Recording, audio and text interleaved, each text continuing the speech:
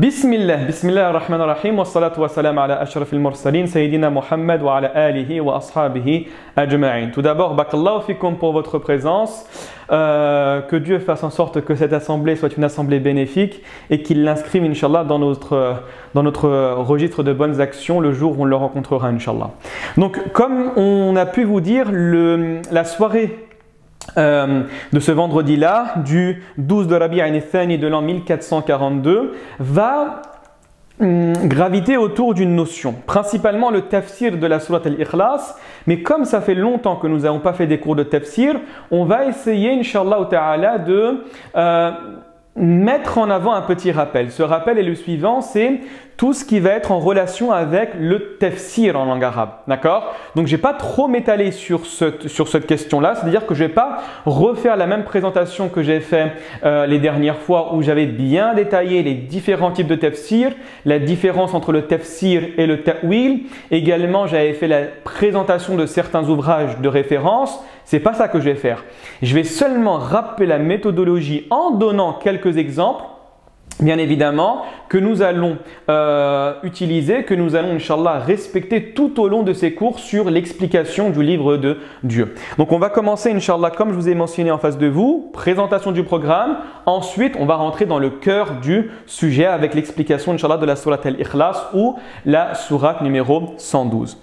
Donc, la première des choses à savoir, c'est au niveau du programme. D'accord? Donc, je vais dire que je vais réexpliquer la méthodologie du cours, bien évidemment. Cette méthodologie-là n'est pas une méthodologie que l'ensemble des enseignants ou que l'ensemble des personnes qui vont parler dans le domaine du religieux vont respecter. C'est une méthodologie que j'ai choisie et qui va être, je pense, être cohérente, être adaptée à un public francophone qui essaye de comprendre le texte coranique d'une première approche. D'accord? Dès lors qu'on va essayer de rentrer dans le tafsir, vous allez voir qu'il y a différents niveaux. Il y a un tafsir assez simple, un tafsir superficiel. C'est pas ça que j'ai envie de faire.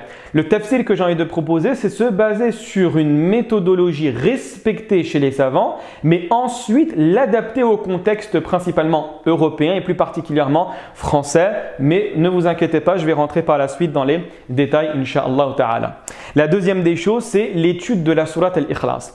Par contre, comme le temps est assez maigre, je ne vais pas trop m'étendre sur l'explication de cette sourate-là. Certes, c'est une sourate qui est courte. Certes, c'est une sourate que la majorité des musulmans connaissent. Au niveau de la traduction simplement littérale, elle est assez basique, elle est assez simple. Mais comme vous allez le remarquer, on va essayer d'étudier également quelques hadiths qui nous disent que cette sourate-là… Alors, je crois qu'il y a une personne qui doit seulement éteindre son micro, ça ne vous dérange pas? Alors, on va seulement se rendre compte qu'elle équivaut au tiers du Coran. Donc, puisque cette petite sourate équivaut au tiers du Coran, il y a forcément énormément de choses à dire. Mais malheureusement, par contrainte de temps, je vais essayer de survoler la sourate. Par contre, en mettant l'accent sur les notions extrêmement importantes, Inch'Allah ta'ala. Donc, commençons tout d'abord par le rappel de la méthodologie concernant le tafsir. Alors là, si vous avez des questions, ça ne vous dérange pas, prenez le temps de les noter et de me les poser à la fin. D'accord? Donc, la première des choses à faire, c'est qu'on va essayer d'analyser la concordance entre les sourates et les versets. Qu'est-ce que cela veut dire? Il y a une science qui commence à se développer au fur et à mesure que l'on travaille dans le tafsir. C'est ce qu'on appelle en arabe « ilm al-munasabat » ou « ilm al-tanasub ». C'est-à-dire qu'on va essayer de regarder les versets les uns après les autres et par la suite, à force de méditation et de réflexion, nous allons essayer de mettre en évidence quelle est la raison de la présence de ce verset-là dans cette partie-là précise du Coran. Pourquoi Dieu a mentionné ce verset-là juste après un verset qui parle d'une notion qui a en apparence rien à voir? Et bien en fait, les savants ont commencé à écrire principalement dans ce domaine-là, en mettant en relation des concordances tout d'abord entre des sourates. Pourquoi la sourate al-Fatiha est suivie de la sourate al-Baqarah, qui elle-même est suivie de la sourate Ali Imran et également suivi de la sourate An-Nisa. Pourquoi? Il y a des raisons qu'il faut mettre en évidence. La deuxième des choses, et là c'est un peu plus difficile, c'est essayer de déterminer quelle est la concordance entre les différents versets. D'accord? Et quand je dis différents versets, plus la sourate est grande, plus la sourate est difficile à déterminer. Pourquoi? Parce qu'on va se rendre compte qu'en apparence, les versets ne parlent pas de la même notion que les versets. Alors, il y a une personne véritablement, je vais essayer, je suis désolé, il faut vraiment couper les micros parce que sinon c'est impossible. Alors, je suis désolé, je vais vraiment recouper tous les micros. Voilà. Désolé pour cette coupure. Afin. Donc du coup, on va essayer véritablement, comme je l'ai dit, à notre niveau de regarder quelle est la concordance entre les différents versets. Je vous donne un exemple.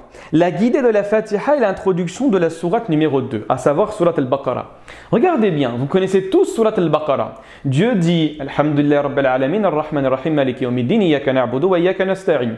Ensuite, qu'est-ce qu'il dit? La sourate al-Fatiha, initialement, a été mentionné dans le Coran en titre d'introduction du Coran pour demander une guidée de la part du divin. Je pense que vous êtes tous d'accord avec moi. Vous demandez une guidée, vous dites Ihdina as-sirat al-mustaqim. Oh Dieu, guide-nous dans le droit chemin. Mais le chemin de qui? De ceux à qui tu as comblé, de ceux que tu as comblés de bienfaits. Sirat alladhina an'amta alayhim. Et donc là, on pourrait se poser la question, mais quel est ce chemin? Quel est le chemin que Dieu a accordé à ceux à qui il a donné énormément de bienfaits? Et donc, la réponse, on va la voir avec l'introduction de la sourate numéro 2, avec l'introduction de la sourate al-Baqarah. Quelle est cette introduction? Dieu dit Alif Lam Mim, Dhalika al-kitab la rayba fi. Voici le livre au sujet duquel il n'y a aucun doute. Hudal lil muttaqin. Ah, ici Dieu fait référence à la guidée. Un guide pour qui? Pour les personnes pieuses. Et qui sont les personnes pieuses? Et là, Dieu, dans 5 versets, va mentionner les qualités différentes de ces personnes. Les personnes qui accomplissent la prière, qui donnent la zakat, qui croient au livre actuel et au livre précédent. Voilà les personnes que Dieu a guidées, voilà les personnes qui vont réussir. Et donc, du coup, à travers l'analyse de la fin de la sourate al-Fatiha et du début de la sourate al-Baqarah, eh ben, on met en évidence une concordance. Et vous allez voir que dans le Coran, c'est impressionnant, mais à chaque fois, dans tous les versets et entre toutes les sourates, il y a une concordance. Et donc du coup, ça demande de la méditation, ça demande de la réflexion et on va essayer de le mettre en évidence, Inch'Allah. Ensuite, la deuxième des méthodes à respecter, c'est le fait de déterminer le sujet principal de la sourate. Ça, c'est un élément fondateur. C'est un élément fondateur et quelque chose d'essentiel pour pouvoir comprendre le Coran convenablement. Pourquoi je vous dis ça? Parce que vous avez 2 types de tafsir que l'on retrouve généralement dans les sciences islamiques. Vous avez un tafsir qu'on appelle tafsir tahlili. C'est le tafsir que la majorité des musulmans connaissent. En d'autres termes, vous prenez le Coran et vous allez l'analyser verset par verset sans forcément évoquer le sujet principal de la sourate. D'accord? Donc c'est une étude interprétative du Coran qui va être particulière et non pas générale. Par contre, vous avez une nouvelle science qui commence à apparaître, qui commence à faire du bruit, c'est ce qu'on appelle at-tafsir al-mawdu'i. C'est-à-dire qu'on va essayer d'analyser un sujet principalement au niveau coranique. C'est-à-dire qu'on va prendre l'idée par exemple de l'homme dans le Coran, la liberté dans le Coran, la justice dans le Coran. Et donc ça va nous donner une idée globale sur une conception philosophique. D'accord? Et vous avez également un autre type de tafsir. C'est le fait de ne pas analyser un sujet de manière totale, ce n'est pas d'analyser les versets de manière indépendante, non. C'est essayer de déterminer quel est le sujet que Dieu a évoqué de manière totalement implicite pour certains et explicite pour d'autres dans une sourate déterminée. Pourquoi? Parce que initialement et étymologiquement le terme de sourate en arabe fait référence à une racine trilitaire. La racine trilitaire est la suivante, ce qu'on appelle en arabe as-sur, sa-wa-ra.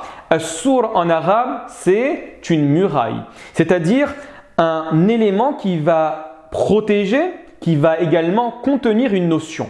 Raison pour laquelle également nous appelons en arabe as-siwar. As-siwar en arabe, c'est le bracelet. Pourquoi? Parce qu'il fait le tour du poignet. Donc la racine en arabe, sawara, fait référence à un sens qui va te dire que la sourate qui est en face de toi va délimiter un sujet. Elle va parler d'un sujet d'une manière extrêmement précise, mais c'est à toi, à travers l'interprétation, à travers la réflexion, à travers l'effort que tu vas fournir, que tu vas essayer de déterminer quel est le sujet de cette sourate-là. Et vous allez voir, c'est impressionnant. Vous prenez sourate Qul huwallahu ahad, elle va traiter un sujet précis. En général, vous avez des indications avec le titre. Vous prenez également Sourate Al-Baqarah, elle va traiter également d'un sujet extrêmement précis. Vous prenez Sourate Ali Imran, elle traite également d'un sujet extrêmement précis. Donc il est important qu'initialement d'avoir une vision holistique de la sourate, une vision générale, et par la suite, en comprendre les versets de manière générale à la lumière de ce concept qui a été avancé par cette sourate-là. C'est fondateur à saisir, c'est très important à mémoriser. Je vous donne un exemple, c'est un exemple que je donne souvent, d'accord, parce que c'est un des plus beaux exemples que l'on retrouve dans le Coran et l'un des sujets qui est le plus problématique sur une histoire extrêmement connue. C'est le lien qu'il y a entre la sourate numéro 5, sourate Al-Ma'ida, et l'histoire des fils d'Adam. Alors pour les personnes qui m'ont déjà entendu, ça va être rébarbatif. Et par contre, pour les personnes qui n'ont jamais entendu, on va essayer de l'évoquer de manière extrêmement claire et simple. Regardez bien, vous avez une sourate, la sourate numéro 5, la sourate Al-Ma'ida, c'est une sourate qui a été révélée parmi les dernières, d'accord? C'est l'une des sourates qui a été révélée véritablement légèrement avant la mort du prophète alayhi salatu wassalam. Donc on est sûr que c'est une sourate médinoise qui va parler d'un état précis, d'une actualité précise de la communauté musulmane, c'est-à-dire un moment où les musulmans, effectivement, vont avoir une place extrêmement importante dans la péninsule arabique. Parce que comme vous savez, le prophète sallallahu alayhi wa sallam commençait avec énormément de difficultés, il a été persécuté, il a subi énormément de préjudices. Après la conquête, plutôt l'émigration de Médine, le prophète sallallahu alayhi wa sallam est rentré à la Mecque vainqueur. À ce moment-là, énormément de tribus ont accepté le message du prophète sallallahu alayhi wa sallam. Mais gardez bien en tête également que le prophète sallallahu alayhi wa sallam a commencé à vivre avec qui? Avec ses anciens ennemis, les personnes qui l'ont pourchassé, les personnes qui l'ont affamé, les personnes qui ont voulu l'assassiner, les personnes qui l'ont combattu, qui ont tué ses proches, qui lui ont fait constamment du mal sur une période qui s'étend pratiquement à 20 années. Donc en gros, cette sourate-là, il faut la remettre dans son contexte parce que initialement, décontextualiser un texte de son contexte fait en sorte que l'on va dire des calamités sur une notion déterminée. Donc c'est fondamental à saisir cela, fondamental à saisir. Et regardez bien, dans cette sourate-là, Dieu va également parler de l'histoire des fils d'Adam. Je vais l'évoquer, mais je vais également mettre en avant des versets que nous allons retrouver de manière fragmentée dans cette sourate-là. Regardez bien l'exemple que je vous donne. Dieu commence la sourate par le verset suivant. Ya ayyuhalladhina amanu, ô vous qui portez la foi. Awfu bil uqud.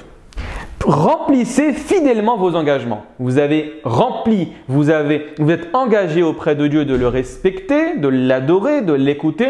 Et donc là, Dieu commence initialement cette sourate en disant que vous devez respecter fidèlement l'ensemble de vos engagements que vous avez passés. Également, légèrement plus loin, on retrouve ce verset-là. Oh les croyants, ya ayyuhalladhina amanu, oh vous qui portez la foi. Soyez stricts dans vos devoirs envers Allah et soyez des témoins équitables. Et que la haine pour un peuple ne vous incite pas à être injuste. Pratiquez l'équité, cela est plus proche de la piété et craignez Allah, car Allah est certes parfaitement connaisseur de ce que vous faites. Ici, il faut remettre le texte dans le contexte. Ici, Dieu parle aux croyants qui sont revenus de la Mecque, qui sont revenus de Médine pour habiter à la Mecque, dans leur ancienne demeure. Ils côtoient. Ils ont pour voisins qui? Les anciennes personnes qui les ont persécutés, les anciennes personnes qui leur faisaient constamment du mal. Dieu a dit non, soyez équitables, même envers des personnes qui vous dégoûtent littéralement, auprès de qui vous ressentez une certaine aversion. Regardez bien encore ce que Dieu dit par la suite. Les Juifs et les chrétiens ont dit « Nous sommes les fils d'Allah et ses préférés ». Dit « Pourquoi donc vous châtie-t-il pour vos péchés? En fait, vous êtes des êtres humains.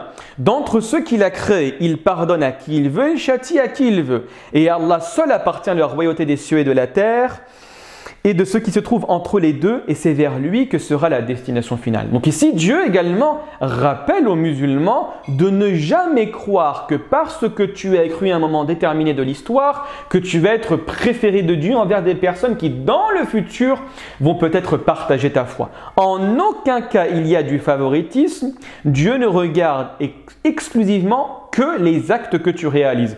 Donc dire à l'image des Juifs et des chrétiens qui ont dit que parce que nous avons une position des fils de Dieu et donc nous sommes les préférés et donc nous pouvons agir exactement comme des enfants gâtés, à ce moment-là, Dieu leur répond et d'une manière cinglante, d'une manière extrêmement précise, sans laisser aucun doute à l'interprétation, on dit non, en disant non, vous, exactement comme vous les compagnons qui côtoyez des personnes qui ne partageaient pas votre foi, d'accord?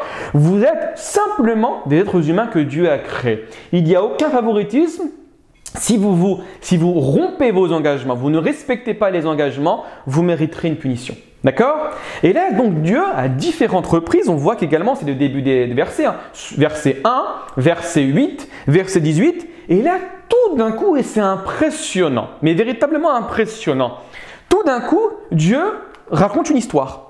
Il dit « Et raconte-leur en toute vérité l'histoire des deux fils d'Adam. Les deux offrirent des sacrifices. Celui de l'un fut accepté et celui de l'autre ne le fut pas. Celui-ci dit « Je te tuerai sûrement. Allah n'accepte, dit l'autre, que de la part des pieux. » Et là, on a l'impression, mais où est le lien, sincèrement? Où est le lien entre la sourate qui vous parle d'une position que le musulman doit avoir, c'est-à-dire du respect scrupuleux de l'ensemble de ses engagements, avec une histoire des deux fils d'Adam qui, en général, nous est racontée comme l'un des frères qui a envié son autre frère puisque son offrande n'a pas été acceptée et donc par jalousie, par envie, il l'a tué. Où est le lien entre les deux notions? Sincèrement, le lien est très difficile à déterminer. Et donc, vous avez un savant que j'ai mentionné par la suite qui a dit non, vous devez comprendre l'histoire dans le contexte de la sourate, vous devez comprendre l'histoire à la lumière de la généralisation, à la lumière du caractère général des versets et donc du sujet principal des versets. Et vous dit quoi ici? Il vous dit, mais l'histoire des fils d'Adam que je vais mentionner, vous devez la comprendre à la lumière des personnes qui se sont dit, peut-être, puisque j'ai cru en Dieu dès le début, puisque je pense que je suis un être très proche de Dieu, Dieu va me donner certaines compétences. Regardez bien, la majorité des savants vous disent que c'est le frère dont le sacrifice qui n'a pas été accepté, qui a tué le frère dont le sacrifice a été accepté par jalousie. Eh bien, le savant vous dit non, c'est totalement l'inverse. C'est celui dont le sacrifice qui a été accepté a tué le frère dont le sacrifice n'a pas été accepté. Pourquoi? Parce qu'il se dit, mais comment se fait-il?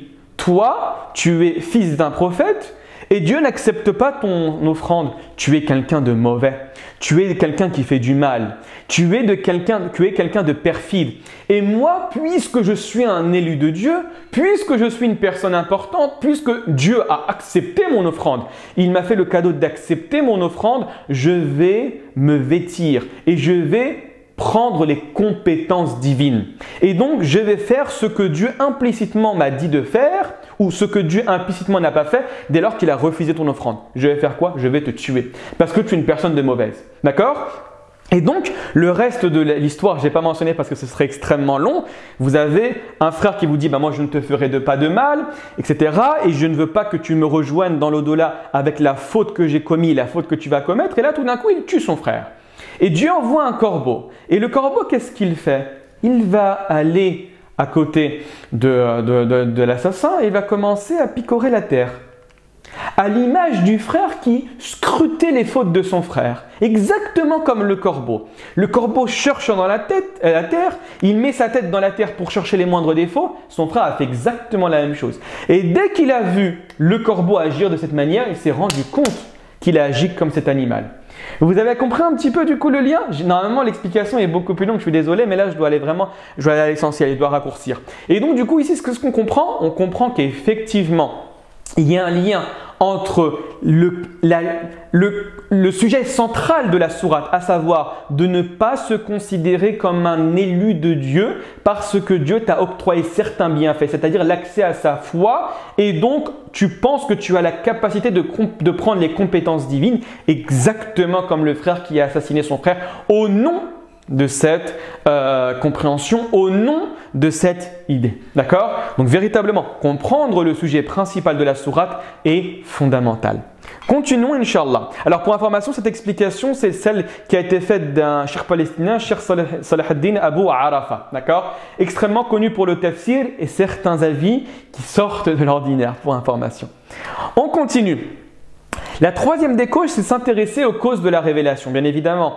Comme je vous ai dit tout à l'heure, si on ne sait pas pourquoi le verset a été révélé, c'est très difficile de déterminer sa signification et son sens. Donc la première des choses que font l'ensemble des mufassirun, c'est-à-dire des exégètes, des commentateurs du Coran, c'est qu'ils vont analyser le texte. Et en analysant le texte, ils vont se dire, mais pourquoi ce verset-là? Pourquoi cette sourate-là a été révélée? Et en connaissant ce qu'on appelle en arabe al-munasabat al-nuzul, asbab al-nuzul, c'est-à-dire les causes de la révélation, on va être plus à même de comprendre la signification profonde du sens de la sourate ou du verset. Laissez-moi vous donner deux exemples. Vous avez la sourate al-Kafirun et également sourate al-Masad. Rapidement, je vous évoque allez, on va prendre Al-Masad, parce qu'on n'a pas le temps pour les deux, Inch'Allah. On prend la cause de la révélation de Surat Al-Masad. Surat Al-Masad, qu'est-ce qu'elle dit? Elle dit Tabbat yada abi lahabin wa tab. Ici, Dieu tranche. Ici, Dieu décrète sur le sort eschatologique d'une personne qui est considérée comme l'un des plus grands ennemis de Dieu, à savoir Abu Lahab, l'oncle du prophète alayhi salatu wassalam. Pourquoi? Pourquoi Dieu dans le Coran dit de manière extrêmement claire qu'Abu Lahab va aller en enfer, lui ainsi que sa femme? Pourquoi? Si tu ne connais pas la cause de la révélation, ça va être difficile de trancher. Et donc ici, on va expliquer très rapidement, de manière très brève, la raison de la révélation de cette sourate-là. C'est que le prophète sallallahu alayhi wa sallam a reçu l'ordre de transmettre le message de l'islam à l'ensemble des gens de Quraysh. D'accord? Au monde entier, initialement en commençant par Quraysh. Et là, le prophète sallallahu alayhi wa sallam est monté sur la montagne de Safa et a appelé l'ensemble de ses co-religionnaires. En leur disant « Ya sabaha, c'est-à-dire c'est un cri d'alerte à l'époque qu'on utilisait pour pouvoir amasser la foule. L'ensemble des citoyens de la Mecque est venu. L'ensemble, du premier au dernier, au point où si certaines personnes ne pouvaient pas venir, ils envoyaient des émissaires pour aller comprendre ce qui se passe. Et là, le prophète sallallahu alayhi wa sallam leur dit « Si je vous dis que derrière moi, il y a un groupe, il y a une armée qui est prête à vous envahir, est-ce que vous allez me croire ?» Et là, l'ensemble des participants, l'ensemble des personnes ont dit « Bien évidemment, nous savons que tu es une personne véridique, que tu nous as jamais menti. » Et là, le prophète alayhi salatu wa sallam dit « Je suis certes un messager que Dieu a envoyé pour vous prévenir de l'avènement d'un châtiment douloureux. » Et là, les gens se regardent, tout le monde se tait, sauf une personne, Abu Lahab, en disant « Tabban laka sa'ir al-yawm, ali hadha jama'tana » que le malheur te touche jusqu'à la fin de ta vie. C'est pour ça que tu nous as rassemblés? En gros, avec le langage d'aujourd'hui, t'es sérieux, ya Mohammed? Pour ça tu nous as fait déplacer? Et là, tout le monde est parti et ils ont laissé le prophète sallallahu alayhi wa sallam devant Safa. Et à partir de ce moment-là, la sourate Al-Masad a été révélée. Donc quand tu connais la gravité, quand tu connais la méchanceté, quand tu connais le caractère néfaste de la personne d'Abu Lahab, tu comprends la rétribution qui lui a été accordée par le divin. D'accord? Donc ça c'est important. Pour Surat Al-Kafirun également, je vous conseille d'aller vérifier dans certains livres. Mais Inch'Allah, dans les futures rencontres, Inch'Allah, on se fera le plaisir d'expliquer la cause de la révélation de cette sourate-là. Très bien. La quatrième chose, c'est expliquer les mots du Coran. Effectivement, expliquer les mots du Coran est essentiel à partir de la langue arabe. Pourquoi je vous dis à partir de la langue arabe? Là, c'est fondamental à saisir dès aujourd'hui. Parce que vous avez certaines écoles qui commencent à se manifester en France et à travers le monde, et principalement dans le contexte européen, certaines écoles qu'on va nommer de progressistes. D'accord? De réformiste. Mais je ne dis pas un réformiste qui est louable. Non, un réformiste en sapant l'ensemble de la base idéologique, l'ensemble de la base scientifique de l'ensemble des sciences religieuses en te disant que tout ce qu'a fait l'ensemble des savants qui nous ont précédés, c'est à mettre à la poubelle. Et aujourd'hui, on va commencer l'explication de la religion à travers notre propre référence. C'est extrêmement problématique. Littéralement, c'est insulter le travail colossal qui a été mené par l'ensemble des savants, spécialistes, mais je vous dis d'une spécialité qui est inégalée aujourd'hui dans certaines branches. Sincèrement, vous prenez le travail qu'a fait par exemple, je ne sais pas, l'imam Suyuti, vous prenez le travail qui a été fait par Ibn Hajar al-Asqalani, vous prenez le travail qui a été réalisé par le Khatib al-Baghdadi dans le hadith. C'est des choses qui sont extraordinaires, mais certains avec un certain... Moi je pense pour l'Alem, c'est plus l'ignorance. D'accord? L'ignorance et un sentiment d'orgueil. L'ignorance quant au travail qui a été fourni par les anciens et un sentiment d'orgueil en disant que nous sommes à une nouvelle ère, l'ère de la modernité, où nous devons considérer que l'ensemble de la production antérieure est une production limitée dans un cadre social déterminé. Et donc, pourquoi m'attacher? Pourquoi m'interdire de réfléchir d'une nouvelle manière? Et donc, qu'est-ce qu'ils vont dire? Eh bien, on va dire que on va prendre les mots du Coran, on va même pas les expliquer à travers la langue arabe, on va se baser uniquement, et je vous promets que c'est vrai que ça existe, parce que j'ai lu des articles, et j'ai lu des sermons du vendredi, et j'ai lu également de travaux qui ont été faits dans cette matière-là en disant qu'on n'a plus besoin de retourner vers l'arabe pour pouvoir expliquer le Coran. Il suffit de prendre une très bonne traduction, ensuite j'explique le propos à travers le terme qui a été traduit, et bismillah, je fais ce que je veux. C'est catastrophique. Wallah al-azim, c'est catastrophique. D'accord? Parce que comme disaient les Italiens, traduire, c'est trahir. Donc dès lors, toi, il y a une règle en arabe qui dit Ma buniya ala al-khata fa huwa khata. Tout ce qui est construit sur la faute est nécessairement une faute. Donc du coup, tout ton raisonnement juridique et donc ton raisonnement lié à l'explication du Coran va être fautif. Donc en gros, ce que l'ensemble des savants de l'islam vous disent, que initialement, vous devrez revenir à la langue des Arabes pour pouvoir comprendre le terme à l'époque des Arabes et ensuite le réadapter à la lumière d'aujourd'hui. Mais à travers leur compréhension. Parce que le Coran a été révélé en langue arabe, Dieu le dit à 14 reprises dans le Coran, vous comprenez le sens qui a été voulu par les Arabes de l'époque et ensuite vous créez votre propre réflexion juridique et liée à l'exégèse à partir de cette compréhension. Sinon, c'est extrêmement problématique. Extrêmement problématique. D'accord? C'est important. Et donc, vous avez deux ouvrages de référence. Malheureusement, l'ouvrage de référence, il est en train d'être utilisé. Je voulais vous le montrer derrière pour pouvoir garder le téléphone en haut. Désolé. Le premier, c'est les Mufradat al-Raghib al-Asfahani, un livre fondateur, il est considéré par la majorité des savants travaillant dans le tafsir comme le meilleur livre sur l'explication des termes coraniques. Et vous en avez un beaucoup plus simple, Tafsir Gharib al-Qur'an de l'imam al-San'ani, d'accord, qui va vous expliquer très sommairement les textes, plutôt le vocabulaire coranique. Très bien. Commençons maintenant, après cette brève, entre guillemets, introduction, avec la sourate Al-Ikhlas. Commençons tout d'abord avec les causes de la révélation. Les causes de la révélation de la sourate, c'est une question des polythéistes. Le prophète, alayhi salatu wassalam, était à la Mecque et était confronté constamment aux polythéistes, qu'on appelle en arabe al-mushrikoun, ou d'une manière un peu plus différente, al-kuffar. Kuffar, faites attention, ceux qui ont l'habitude de prendre des cours avec moi, je vous dis que c'est un terme à utiliser avec des pincettes et qu'on ne peut pas généraliser l'utilisation de ce terme envers toutes les personnes de la Terre. C'est totalement faux. Le monde n'est pas binaire, le monde n'est pas à comprendre avec une vision manichéenne, pas du tout. Vous avez effectivement des mu'minoun, vous avez également des kafiroun et vous avez également des gens.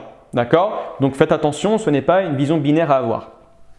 Et donc ils sont venus voir le prophète sallallahu alayhi wa sallam en disant Ya Mohammed plutôt, tu nous parles beaucoup de ton Dieu, tu nous parles beaucoup de cet être suprême, insib lana rabbak. En gros, donne-nous la filiation de ton père. Décris-nous, donne-nous la filiation de ton Dieu. Dis-nous comment est ton Dieu. Ton Dieu est fait d'or, c'est pour ça que tu nous demandes de ne pas adorer des statues en pierre. Ton Dieu est fait d'argent, ton Dieu est fait de perles précieuses. Parle-nous de l'essence divine de ton Dieu. Et donc, Dieu a révélé la sourate Qul huwallahu ahad, où dès lors qu'on la mémorise et qu'on la comprend convenablement, on se rend compte qu'effectivement, Dieu, dans cette sourate-là, parle uniquement de son être. il ne parle pas principalement de ses qualités extérieures, il va principalement parler de tout ce qui fait référence à l'essence divine, ce qu'on appelle en arabe al-dhat al-ilahiyya, en vous donnant les grands axes qui sont liés à la croyance, au credo, au dogme que doit avoir le musulman vis-à-vis de Dieu. D'accord? Donc en gros, la cause de la révélation, c'est cette dernière. Maintenant, essayons d'analyser la présence d'une concordance entre cette sourate-là et la sourate précédente. Effectivement, alors là, vous n'allez pas comprendre forcément la phrase que j'ai mise en face de vous. C'est l'unité divine et la sentence irrévocable. La sourate qui se trouve juste avant Qul huwallahu ahad, c'est la sourate dont j'ai fait l'explication de la cause de la révélation, à savoir Tabbat yada abi lahabi wa tab, que périssent les deux mains d'Abu Lahab et qu'il périsse lui-même. Et donc du coup ici qu'est-ce qu'on comprend? On comprend que la sentence contre Abu Lahab est irrévocable. Pourquoi? Parce que l'être qui a mentionné cette sentence, qui ne peut être replu, qui ne peut être mise de côté, qui ne peut être marginalisé, est unique dans son essence, unique dans son être.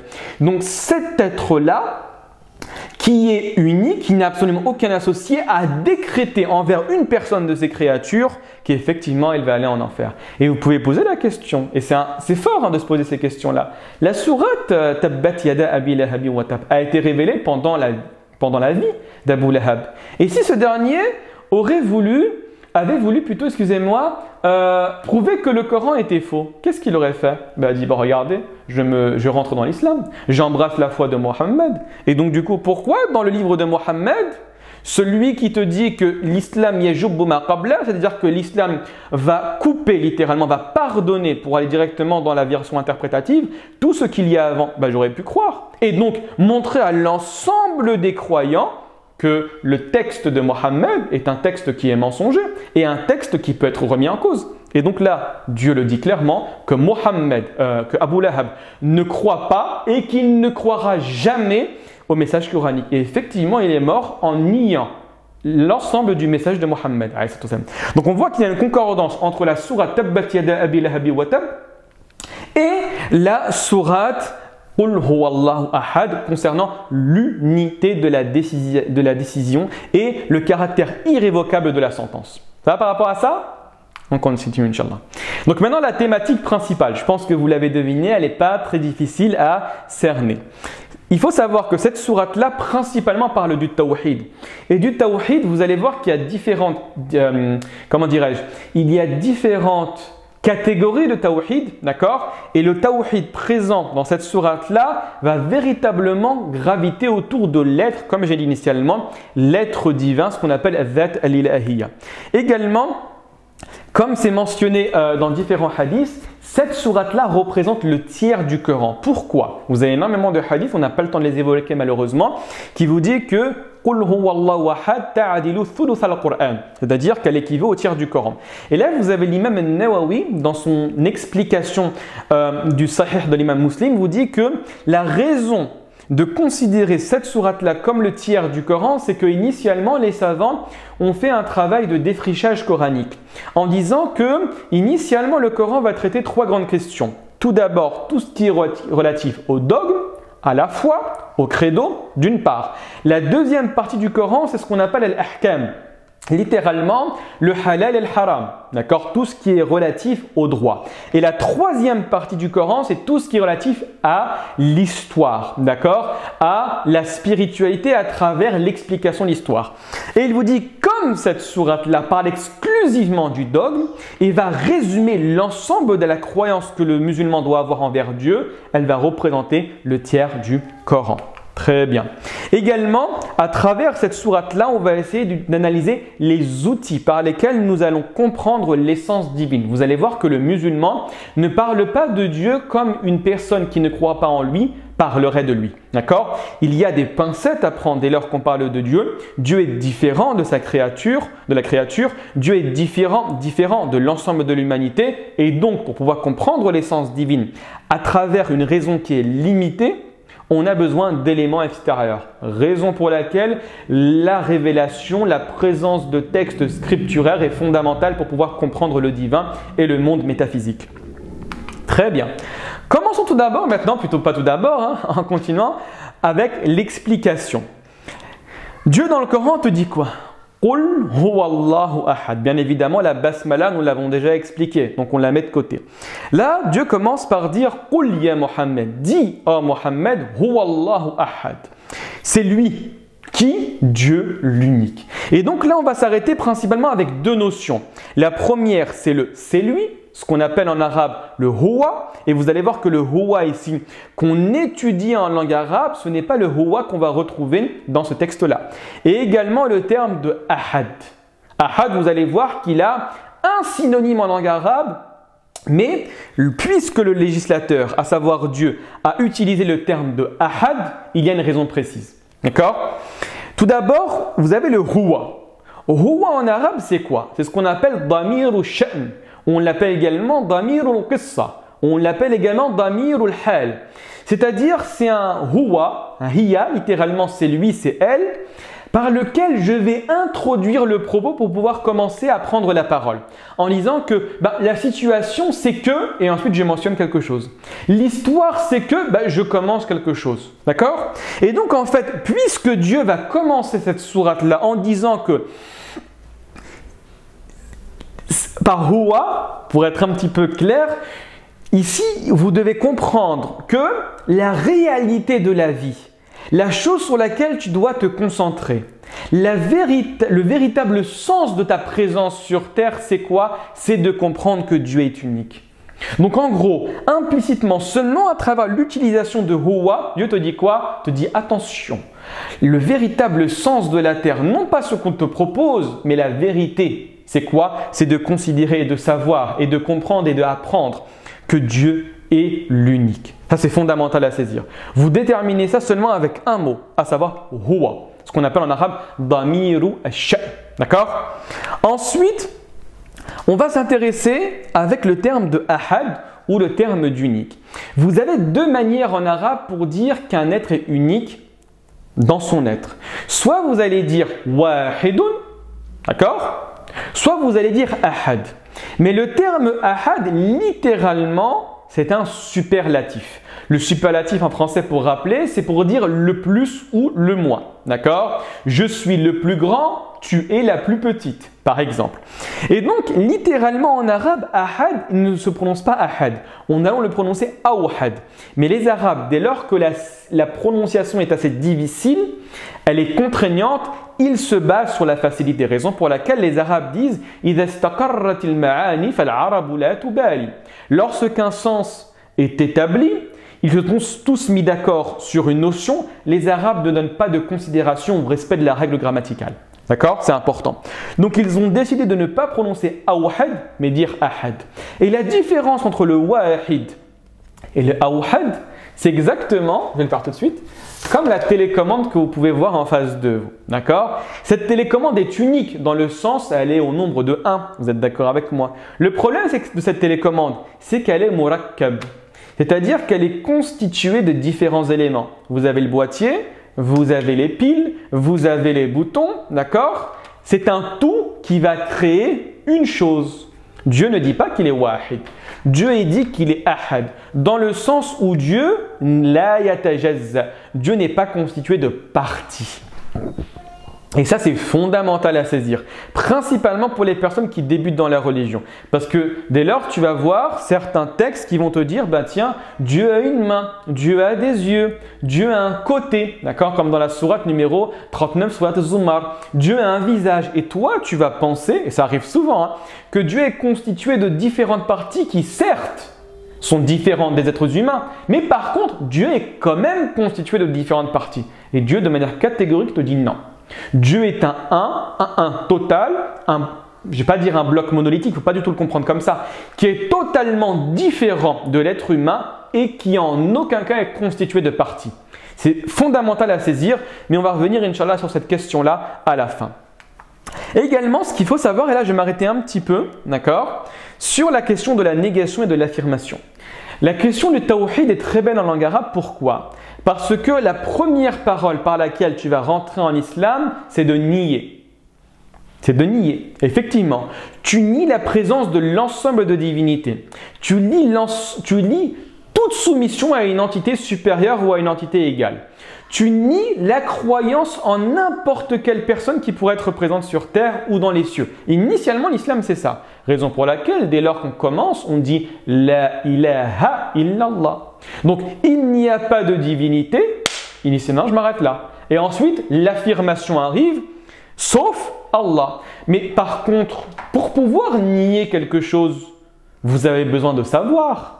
Vous avez besoin d'éléments, parce que la négation demande autant d'éléments, voire plus, que de l'affirmation. Pour dire qu'effectivement, tu n'es pas légitime à être un Dieu, je dois connaître ton entité et je dois également connaître quel être mérite le caractère divin, mérite l'adoration. Donc du coup, le musulman est une personne qui est scientifique dans la négation et qui est également scientifique dans la formation. Donc constamment elle détruit et constamment elle bâtit. Raison pour laquelle, et ça c'est très important à savoir, c'est que l'islam est attaché de manière viscérale à la question de la liberté. Pourquoi? Parce qu'en islam, la première chose que tu refuses, c'est la soumission. Tu refuses tout type de soumission à une personne qui ne mérite pas l'adoration. Et l'être qui mérite l'adoration, c'est qui? C'est un être qui effectivement t'a donné ce que tu possèdes et qui n'attend rien de toi, dans le sens où tu prends le cas de n'importe quelle personne qui voudrait te soumettre, elle va chercher à dégager à travers ta soumission certains bienfaits, certaines utilités de ta soumission. Parce que même si je te présente la liberté, comme on la présente dans certains pays, on la présente dans certains courants de pensée, il y a forcément, dans la soumission que je te présente, à l'exception du divin, une idée de soumission qui va m'apporter quelque chose en retour. C'est forcé, c'est obligatoire. Vous m'avez saisi un petit peu ou pas? Donc en gros, et comme disait Goethe, la personne, le plus grand esclave est celui qui se considère libre sans savoir que véritablement il est esclave. Ça, c'est fondamental à saisir. D'accord? Et on vous dit que les chaînes également les plus dangereuses, ce sont les chaînes qu'on ne voit pas, celles qui sont invisibles. Donc du coup, c'est important de savoir pourquoi je dois nier l'adoration de ces idoles, de toute idée, parce que vous savez qu'aujourd'hui, véritablement, l'humanité a évolué et en évoluant, elle a compris qu'effectivement, l'adoration d'un meuble, l'adoration d'une idole faite de bois, l'adoration de n'importe quel être élément est problématique et véritablement ne doit pas être faite. Mais par contre, qu'est-ce qui a remplacé les idoles? Qu'est-ce qui a remplacé ces idoles faites de pierre, faites de bois, faites d'or, faites d'argent? Certaines idées, certaines conceptions, raison pour laquelle vous allez comprendre. Dès lors que je vais parler de la relation entre le verset qui vous parle de la filiation divine présumée, d'accord, entre Dieu et un être humain, c'est une conception qui a eu énormément de problèmes sur la terre dans laquelle on vit. Pourquoi? Parce qu'en disant indirectement que Dieu s'est humanisé, vous avez obligatoirement deux notions que vous alliez lier au divin. Quoi? C'est le caractère divin de l'être humain et le caractère mortel de l'être humain. Donc certaines idées, principalement l'humanisme occidental qui a considéré que l'être humain est de manière immanente, non pas transcendante, l'être qui doit décider de sa nature, de sa destinée, et il est initialement de nature humaine, donc il a la faculté de déterminer tout ce qui est bon et tout ce qui est mauvais. Et puisque Jésus est mort, donc l'idée dans les cieux est mort. Raison pour laquelle Nietzsche disait de manière extrêmement claire, Dieu est mort. On va essayer ou pas? Donc le fait d'attribuer à un Dieu tout d'abord le caractère humain fait en sorte que tu vas rentrer dans des nouvelles théories, dans de nouvelles idées, dans de nouvelles conceptions qui vont avoir un problème sur la question de l'unicité divine, principalement la question de la négation et de l'affirmation. D'accord? Mais je vais revenir tout à l'heure, Inch'Allah, un peu plus en détail. Ensuite, Dieu dit quoi? Dieu, le suprême refuge. C'est une traduction parmi tant d'autres. Initialement, en arabe, on dit « Allahu as-Samad ». Les savants ont énormément divergé sur le terme de « Samad ». D'accord? Vous avez plus de 20 paroles, 20 avis religieux sur ce terme-là. Mais nous, on va s'arrêter principalement à la langue arabe, en mentionnant, bien évidemment, la parole des savants sur ce terme-là. La majorité vont dire que Dieu est le suprême refuge dans le sens où l'ensemble de la création, qu'elle soit volontaire ou imposée, va se retourner vers Dieu pour pouvoir demander la résolution des problèmes considérés comme insolubles. Ça, c'est l'écrasante majorité des savants, va dire que le terme d'As-Samad, c'est celui-là. C'est As-Sayyid alladhi yuqsadu ilayhi alladhi yaqsiduhu an-nas li qada'i hawaijihim. D'accord? Donc l'être vers lequel l'ensemble de la création, que tu le veuilles ou que tu ne le veuilles pas, va se retourner, va se diriger pour pouvoir régler les problèmes. Le deuxième avis, c'est celui qui n'a pas d'intérieur. Et donc, rien n'entre en lui, rien ne sort de lui. Il ne mange pas, il ne boit pas, et donc, il n'a pas d'enfant, il n'a pas enfanté et il n'a pas de parents. Raison pour laquelle certains savants ont expliqué le terme de As-Samad par le verset qui se trouve après, à savoir Lam yalid wa lam yulad, qui n'a pas engendré et qui n'a pas été engendré. Mais si on s'arrête principalement à la langue arabe, il y a une idée de résistance et de fermeté. Littéralement, as-sumud en arabe, c'est la stabilité, le caractère inébranlable d'une chose, le caractère fixe, résistant et ferme. En d'autres termes, regardez bien, Dieu est l'être qui ne va jamais se montrer comment dirais-je, dont la fermeté et dont la résistance ne va jamais être mise à l'épreuve dans n'importe quelle situation. Je vous donne un exemple pour que vous puissiez comprendre. Vous prenez la personne la plus ferme, la personne la plus résistante dans l'ensemble de ses actions. Vous prenez par exemple un père, d'accord, qui est très fort psychologiquement. Vous prenez même un président qui n'a jamais été ébranlé par certaines annonces ou par certaines paroles. Quoi qu'il se passe, certaines notions qui vont arriver à ses oreilles, certaines paroles qu'il va entendre vont le déstabiliser. Je vous donne encore un autre exemple pour que ce soit un petit peu plus clair. Vous prenez le cas du juge, extrêmement honnête, extrêmement intègre. Et là, indirectement, l'avocat lui dit que mon client est très riche, et de manière indirecte, bien évidemment. Et si vous le laissez libre, il y a une possibilité qu'une certaine valise, par les aléas de la vie, arrive chez vous. Là, vous avez deux types de juges.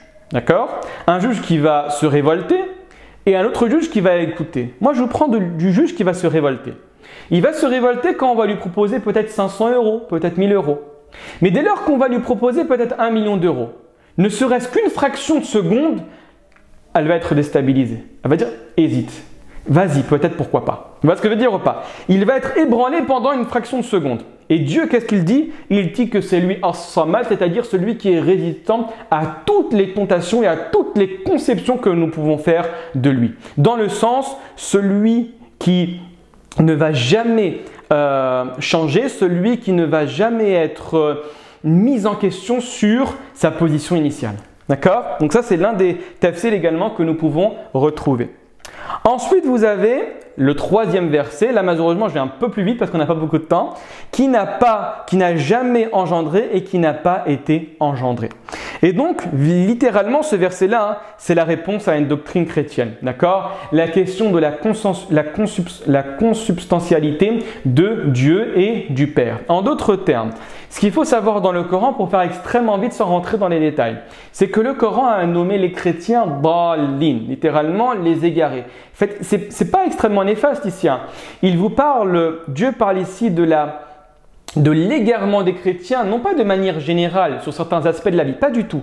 Dieu ici vous dit que implicitement ces derniers se sont égarés sur la nature de Jésus. Bien évidemment, pourquoi? Parce que certains d'entre eux, et vous allez voir par la suite avec l'explication que je vais faire, pas la totalité d'entre eux, ont dit que effectivement Dieu était soit Jésus, ou que Dieu était plutôt que Jésus était le Fils de Dieu, ou que Dieu était un tout comprenant le Père, le Fils et le Saint-Esprit. Et initialement, il faut savoir que cette parole-là, liée à la consubstantialité, n'est pas une parole qui a émané de l'époque de Jésus.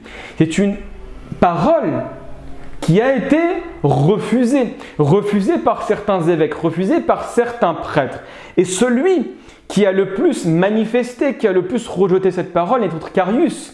Et Arius, vous savez qu'il a eu un différend avec l'évêque d'Alexandrie, qui s'appelait lui-même Alexandre, qui a fait beaucoup de bruit à l'époque puisqu'il refusait de manière catégorique, sans se cacher, le caractère divin de Jésus en le considérant qu'il n'était qu'un être mortel qui a goûté la vie, qui forcément va goûter la mort et qui n'est autre qu'un prophète. Raison pour laquelle, par la suite, un conseil œcuménique s'est rassemblé pour pouvoir trancher cette question en 325 où on a décrété l'hérésie et donc on a excommunié Arius, on l'a sorti du domaine de la foi et à partir de ce moment-là, du conseil de Nicée sous l'emprise et sous la férule de l'empereur romain Constantin, qu'on a décidé qu'il y avait entre le Père et le Fils la même nature et donc une consubstantialité. D'accord?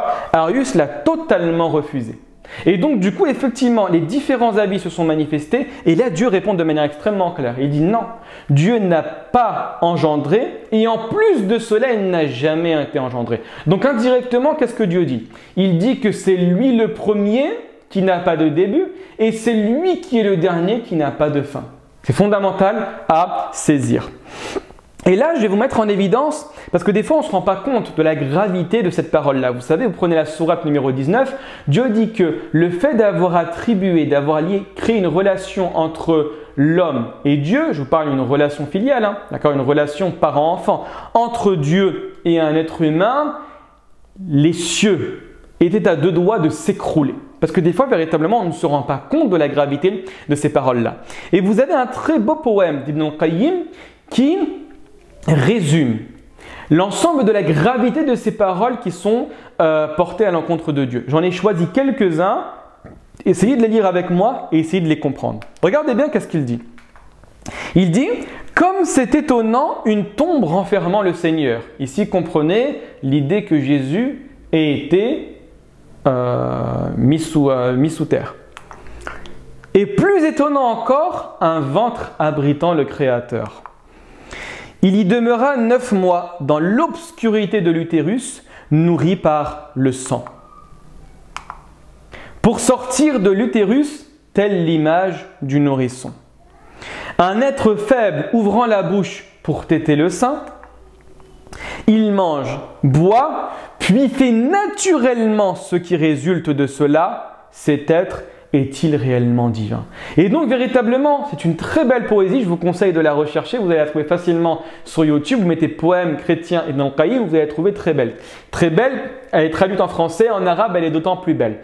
Donc effectivement, quand on regarde en fait le fait de dire que Dieu a un fils ou que Jésus est le Dieu, implicitement c'est donner un caractère humain, une enveloppe humaine à un être qui est au-dessus de tout. Et donc tu vas donner à ce Dieu-là présumé l'ensemble des caractères, l'ensemble des caractéristiques humaines. Et quand tu réfléchis bien, c'est extrêmement grave. Parce que ici, en suspens, vous voyez de manière extrêmement claire où je veux en venir. Le fait d'être un bébé, le fait de sortir d'un endroit déterminé, le fait d'avoir mangé et d'avoir bu et donc de faire ce qui va en découler, c'est extrêmement problématique pour le divin. Vous avez également un très beau hadith qui vous parle de la gravité de cette parole-là. Un hadith unanimement reconnu où le prophète sallallahu alayhi wa sallam dit « Nul n'est plus patient face à un mal entendu que Dieu. Ils attribuent à Dieu un enfant tandis qu'il leur accorde subsistance et protection. » Et donc ici, qu'est-ce qu'il faut comprendre? Il faut comprendre que le fait d'avoir donné à Dieu un enfant, c'est extrêmement problématique par rapport à certaines notions que je viens de dire, mais également par rapport aux notions qui vont être présentes dans les générations antérieures. Parce que faire de Dieu un être humain, c'est implicitement dire aux générations futures que l'idée de Dieu va également s'anthropomorphiser, donc devenir humaine, et donc l'idée de Dieu va mourir.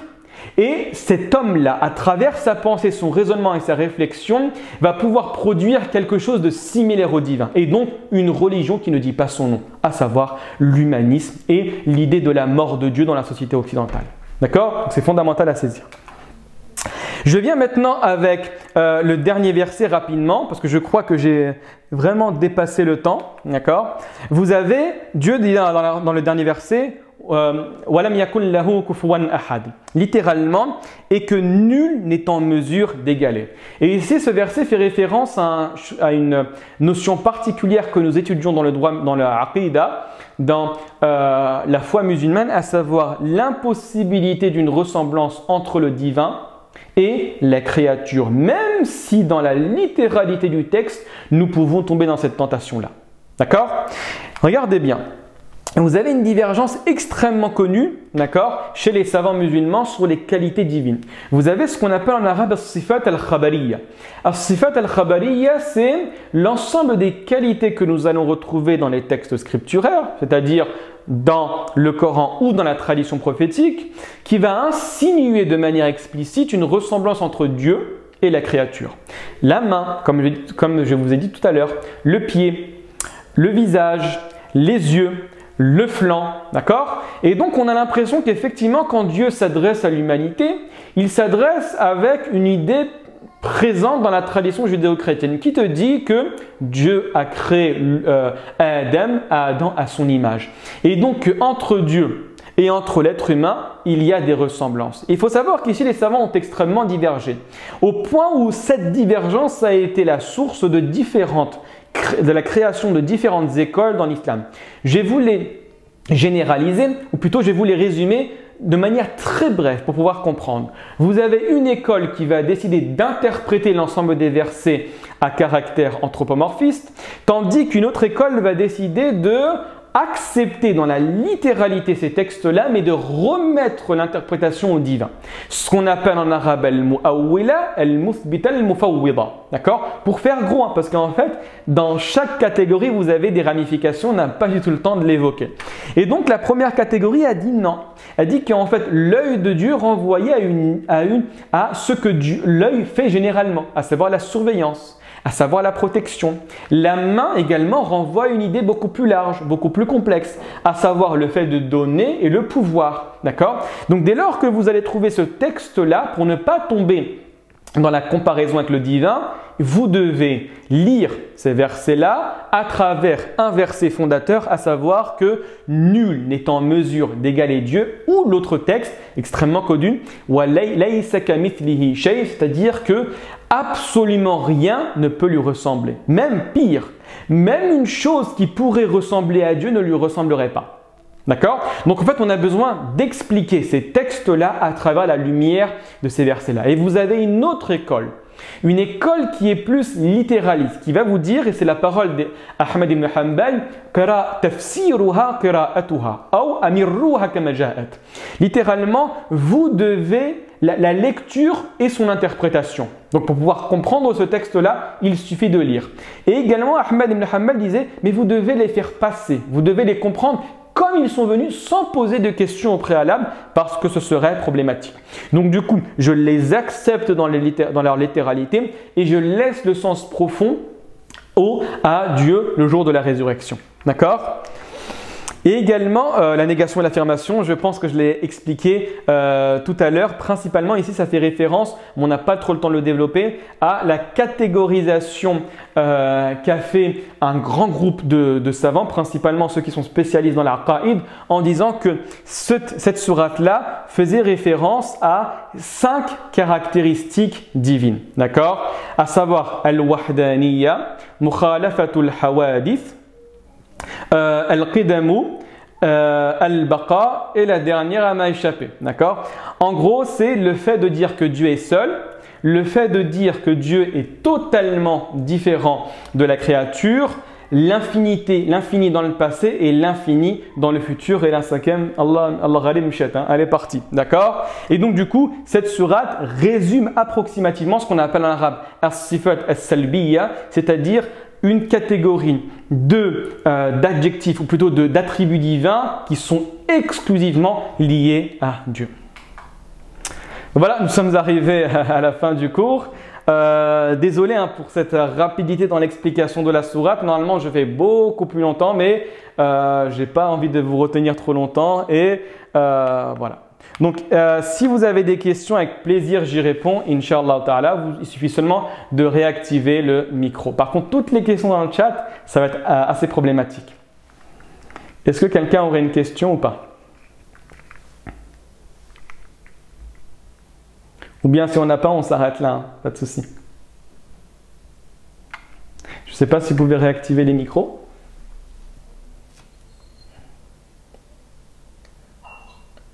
effectivement, vous pouvez activer le micro. Vous n'avez pas de questions? Pour les attributs, c'était pas Comment? Al-Wujud et Al-Qidam. Non, ça c'est une autre catégorie. Barakallahu fik, mais ça c'est une autre catégorie. Il suffit, il va revenir, Inch'Allah, il va revenir, mais là il est parti. Il ne va pas revenir, Allah ghalib. Très bien. Bah, je pense, Inch'Allah, qu'on va s'arrêter là, Inch'Allah ta'ala. D'accord. Barakallahu fikoum pour votre présence, Inch'Allah ta'ala. J'espère, Inch'Allah, en espérant qu'on se revoit bientôt au centre. Portez-vous bien, Inch'Allah, à plus tard, Inch'Allah. Salam alaikum à toutes et à tous.